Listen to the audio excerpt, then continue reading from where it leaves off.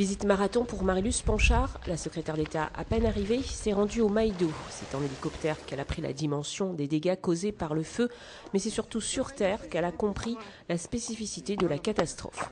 On me décrivait dans les rapports qu'effectivement il y avait un feu souterrain et j'arrivais pas à comprendre ce concept et pourquoi le feu apparaissait 150 mètres, 200 mètres. Et là, on voit sur place qu'on a affaire à un volcan et avec les coulées de lave par la suite, vous avez des crevasses, vous avez des résurgences et c'est effectivement très difficile de maîtriser le feu parce que peut-être nous sommes sur un feu qui est souterrain et qui va sortir dans quelques jours à un autre endroit de la forêt.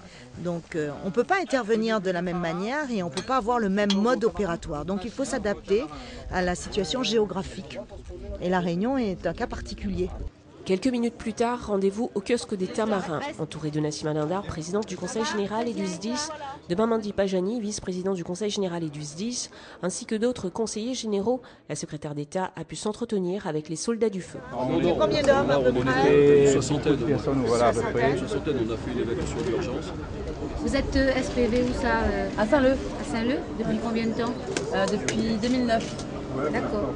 Et qu'est-ce que vous faites en dehors de votre volontariat? Voilà, Je suis aide-soignante. Vous êtes aide-soignante À l'hôpital? En maison de retraite. Maison de retraite, Sur Saint-Denis. Alors que les officiels sont réunis autour d'une barquette, à quelques mètres, les sapeurs-pompiers s'activent pour éteindre un départ de feu. Bien sûr qu'il est important que donc, nos décideurs politiques viennent se voir sur le terrain et se rendre compte des difficultés qui sont les nôtres. Là, c'est pour nous d'abord, c'est la démonstration que le travail que l'on fait est considéré au plus haut niveau donc, de l'État.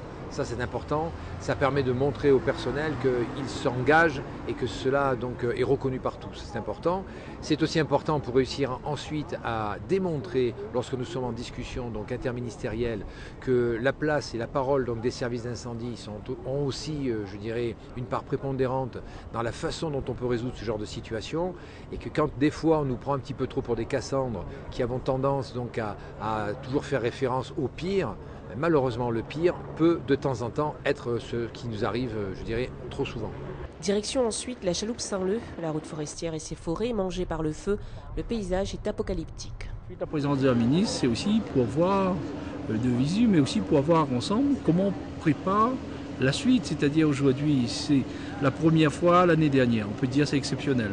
Deuxième fois, mais là c'est plus exceptionnel. Il faudra vivre ensemble pour se dire on a un patrimoine exceptionnel. Il faut le valoriser, il faut le protéger. Mais protéger, c'est aussi mettre en place des plans efficaces avec tout le monde, les services de l'État, le Conseil général, l'ONF, le parc.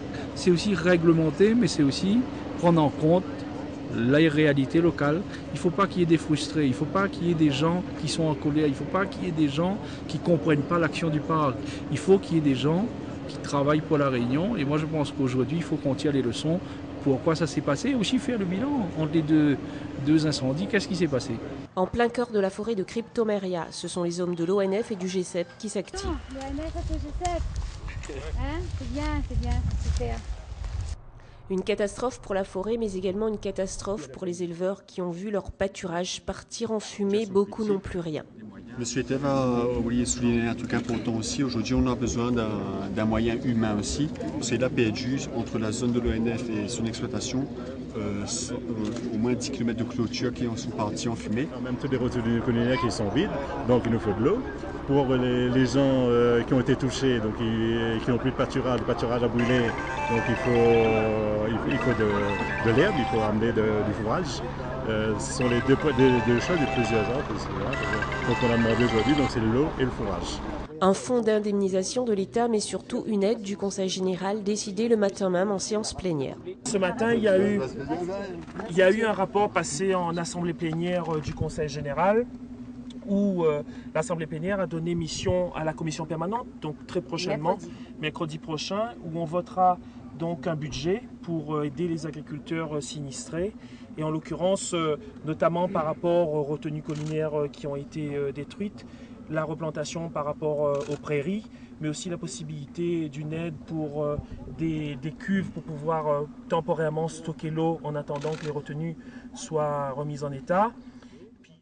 Pour Nassima Dindar, le Conseil général se devait d'être présent aujourd'hui aux côtés des Réunionnais. Nous avons la compétence de l'agriculture, nous finançons des éleveurs au niveau des différentes aides que nous apportons, que ce soit sur les fourrages, sur les retenues collinaires ou bien sur l'élevage. Et donc aujourd'hui, il y a des éleveurs sinistrés qui ont connu des pertes. Il nous faut voter en urgence, c'est ce que nous avons fait ce matin, des aides pour faire face à leurs problèmes conjoncturels et la perte qu'ils ont eue au niveau que ce soit des bêtes ou même des terres fourragères.